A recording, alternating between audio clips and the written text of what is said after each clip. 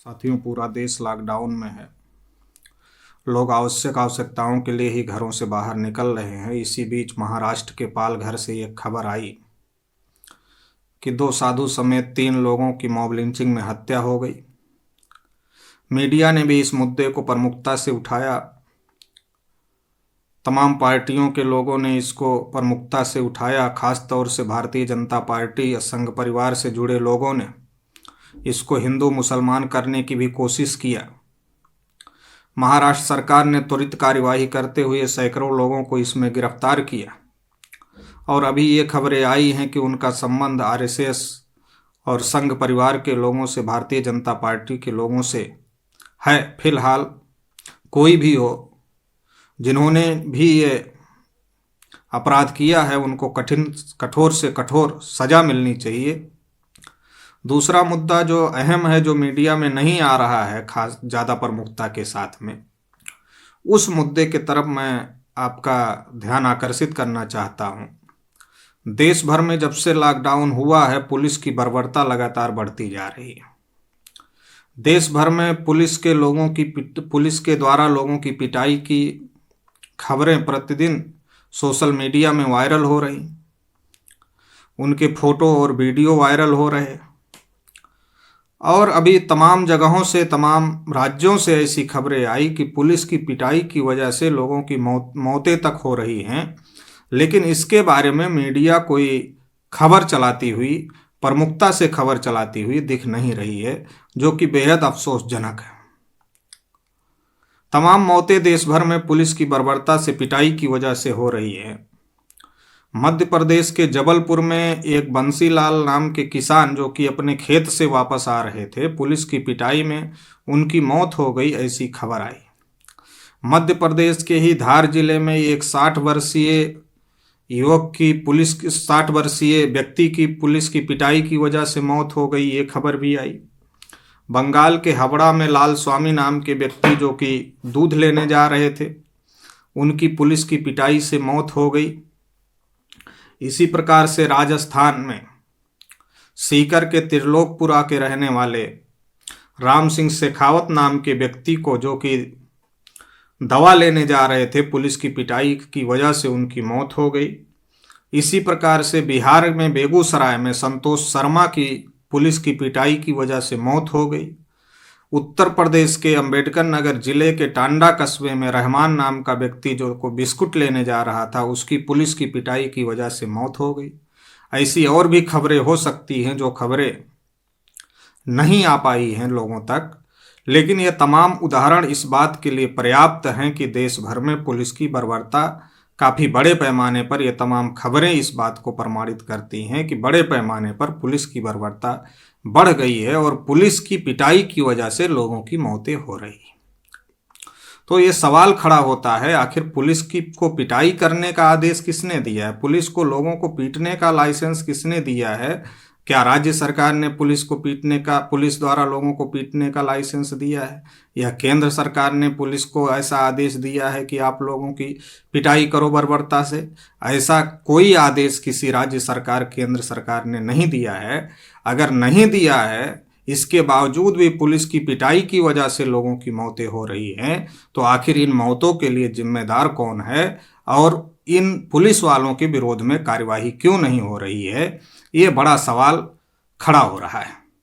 दूसरा, देश भर में एक गंभीर परिस्थिति लॉकडाउन की वजह से निर्माण हो गई है, जिसके बारे में मीडिया को कवरेज देने की, मीडिया को कोई रिपोर्ट देने की ज़्यादा फुर्सत नहीं है। चूँकि जो हमारे देश की बहुत सारी मीडिया के लोग हैं, तमाम मीडिया चैनल्स जो हैं, वो या तो सरकार की चापलूसी में व्यस्त रहते हैं, कि या तो हर मुद्दे का ठीकरा किसी न किसी मुसलमान के सर पे फोड़ने में व्यस्त रहते हैं, हर मामले को हिंदू मुसलमान बनाने की कोशिश करते रहते हैं। मीडिया का जो काम है सरकार से सवाल करना, वो काम करती हुई मीडिया नहीं दिख रही है। तो इसकी वजह से जो ये एक बड़ा संकट देश के ऊपर आ गया है। पहले से ही ऐसी रिपोर्ट है कि देश में लगभग 19 करोड़ 40 लाख लोग भूखे पेट सोते हैं। अब लॉकडाउन की वजह से देश की स्थिति और ज़्यादा बिगड़ गई है। क्योंकि देश में जो लोग डेली का काम धंधा करते थे, डेली का काम धंधा करके उनकी रोजी रोटी चलती थी, कोई जो ठेले चलाने वाले, रिक्शे चलाने वाले, ऑटो चलाने वाले, या तमाम फैक्ट्रियों में काम करने वाले, दिहाड़ी की मजदूरी करने वाले, ऐसे बहुत बहुत कई प्रकार के लोग हैं, चाय पानी की छोटी मोटी दुकानें चलाने वाले, ऐसे बहुत सारे लोग हैं जो कि जिनके काम धंधे बंद हो गए हैं और वो भुखमरी के शिकार हो रहे हैं। और तमाम लोगों के पास राशन कार्ड, आधार कार्ड भी नहीं है, जिसकी वजह से उनको सरकारी सहायता मिलने में भी तमाम प्रकार की कठिनाइयां हो रही हैं। और जिनके पास में भी ऐसे तमाम सारे मामले सामने आए हैं कि उन तक पर्याप्त राशन नहीं पहुंच पा रहा है, ये भी मामले आए हैं। तो देश में ये एक भुखमरी की स्थिति भी निर्माण हो गई है। भारत में लगभग 1 करोड़ स्लम एरियाज हैं और उसमें लगभग 10 करोड़ परिवार रहते हैं। तो लगभग 50 करोड़ लोग स्लम एरियाज में रहते हैं। अगर इतनी बड़ी संख्या में लोग रहते हैं तो उनकी स्थिति क्या है, इसके बारे में भी मीडिया में कोई ना कोई रिपोर्ट आनी चाहिए, मगर उनके बारे में भी कोई रिपोर्ट मीडिया के अंदर नहीं है। तो इससे देश में जो ये बड़ी समस्या पैदा हो गई है, देश में बड़े पैमाने पर लोग भुखमरी से मरने की स्थिति में पहुंच रहे हैं। और इसकी कुछ खबरें भी आ गई हैं, जैसे बिहार के ही आरा जिले में एक 8 वर्ष के बच्चे की भुखमरी की वजह से मौत हो गई। इसी प्रकार से त्रिपुरा में एक छोटी बच्ची की मौत भुखमरी की वजह से हो गई, पेट में खाना ना होने की वजह से हो गई।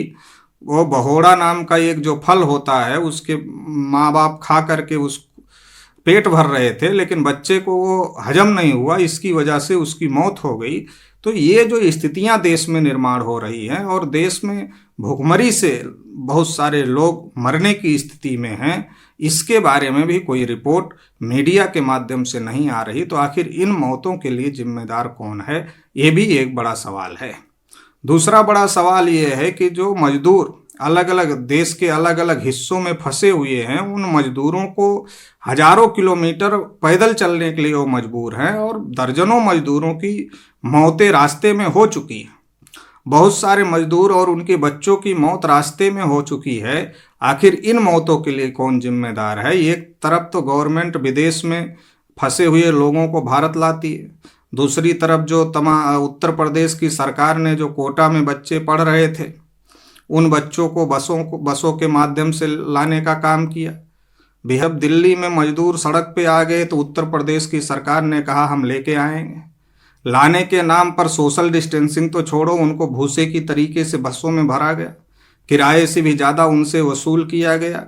और इतना ही नहीं, उनको सैनिटाइजेशन के नाम पर उनके ऊपर केमिकल तक डाले गए, इतनी दुर्दशा की गई। तो ये जो सारी स्थितियां हैं, इन सारी स्थितियों की वजह से देश में जो हालात पैदा हो गए हैं, इन हालातों के लिए जिम्मेदार कौन है, ये भी एक बड़ा सवाल है। इन मौतों के लिए, चाहे वो भुखमरी से हो रही मौतें हों, चाहे वो मजदूरों की पलायन की वजह से रास्ते में हो रही मौतें हों, या फिर पुलिस की बर्बरता से पिटाई की वजह से हो रही मौतें हों, आखिर इन मौतों के लिए जिम्मेदार कौन है, ये बड़ा सवाल है।